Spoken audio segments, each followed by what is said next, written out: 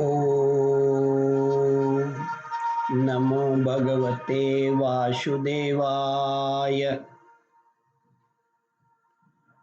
श्रद्धालु भक्तों, श्रीमद् भागवत महापुराण के प्रथम स्कंद के 12वें अध्याय के अंतर्गत परीक्षित का जन्म का वर्णन करूंगा। इसके पूर्व जहां तक कथा आप श्रवण कर चुके हैं उसके आगे का प्रस्तुतिकरण करता हूं। ब्राह्मणों ने कहा, धर्मराज, धैर्य में बलि के समान और भगवान श्री कृष्ण के प्रति दृढ़ निष्ठा में यह प्रहलाद के समान होगा। यह बहुत से अश्वमेध यज्ञों का करने वाला और वृद्धों का सेवक होगा। इसके पुत्र राजर्षि होंगे। मर्यादा के उल्लंघन करने वालों को यह दंड देगा।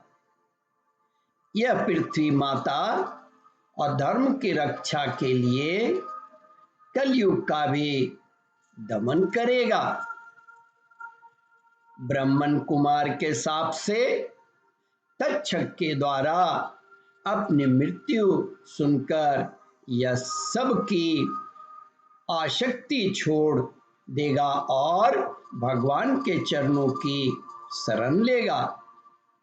राजन, व्यास नंदन सुखदेव जी यह आत्मा के राजा राजन व्यास नंदन सुखदेव जी से यह आत्मा के यथार्थ स्वरूप का ज्ञान प्राप्त करेगा और अंत में गंगा तट पर अपने शरीर को त्याग कर निश्चय ही अभय पद प्राप्त करेगा। ज्योतिष शास्त्र के विशेषज्ञ ब्राह्मण राजा युधिष्ठिर को इस प्रकार बालक के जन्म लगन का फल बतलाकर और भेंट पूजा लेकर अपने अपने घर चले गए। वही यह बालक संसार में परीक्षित के नाम से प्रसिद्ध हुआ, क्योंकि वह समर्थ बालक गर्भ में जिस पुरुष का दर्शन पा चुका था उसका स्मरण करते हुए वो सभी लोगों में उसी की परीक्षा करता रहता था कि देखें इनमें से कौन सा वह है। जैसे शुक्ल पक्ष में दिन प्रतिदिन चंद्रमा अपनी कलाओं से पूर्ण होता हुआ बढ़ता है, वैसे ही वह राजकुमार भी अपने गुरुजनों के लालन पालन से क्रमशः अनुदित बढ़ता हुआ शीघ्र ही सयाना हो गया। इसी समय स्वजनों के वध का प्रायश्चित करने के लिए राजा युधिष्ठिर ने अश्वमेध यज्ञ के द्वारा भगवान की आराधना करने का विचार किया, परंतु प्रजा से वसूल किए हुए कर और दंड जुर्माना से जुर्माना से जमा किए हुए रकम के अतिरिक्त और धन नहीं होने के कारण वे बड़ी चिंता में पड़ गए। उनका अभिप्राय समझकर भगवान श्री कृष्ण की प्रेरणा से उनके भाई उत्तर दिशा में राजा मरुत और ब्राह्मणों द्वारा छोड़ा हुआ बहुत सा धन लेकर वे आ गए।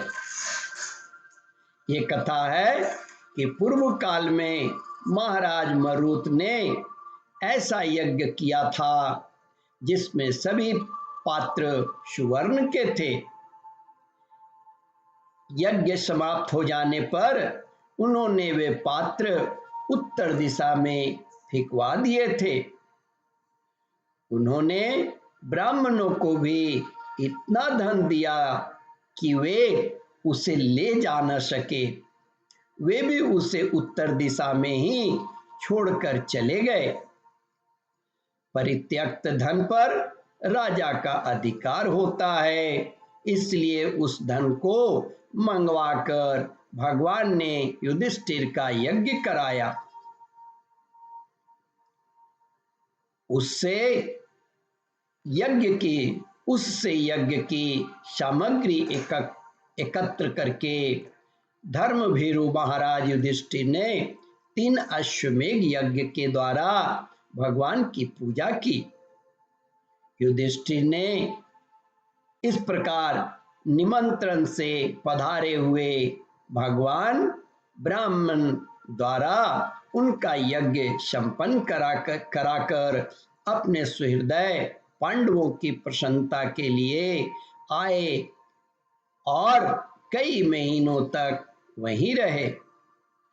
शौनक जी इसके बाद भाइयों सहित राजा युधिष्ठिर और द्रौपदी से अनुमति लेकर अर्जुन के साथ यदुवंशियों से घिरे हुए भगवान श्री कृष्ण ने द्वारका के लिए प्रस्थान किया। ओम परमात्मने नमः।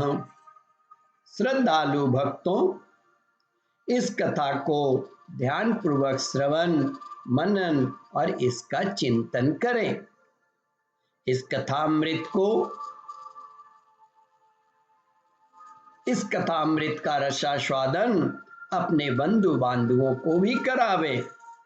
इस वीडियो को लाइक, शेयर और सब्सक्राइब करें।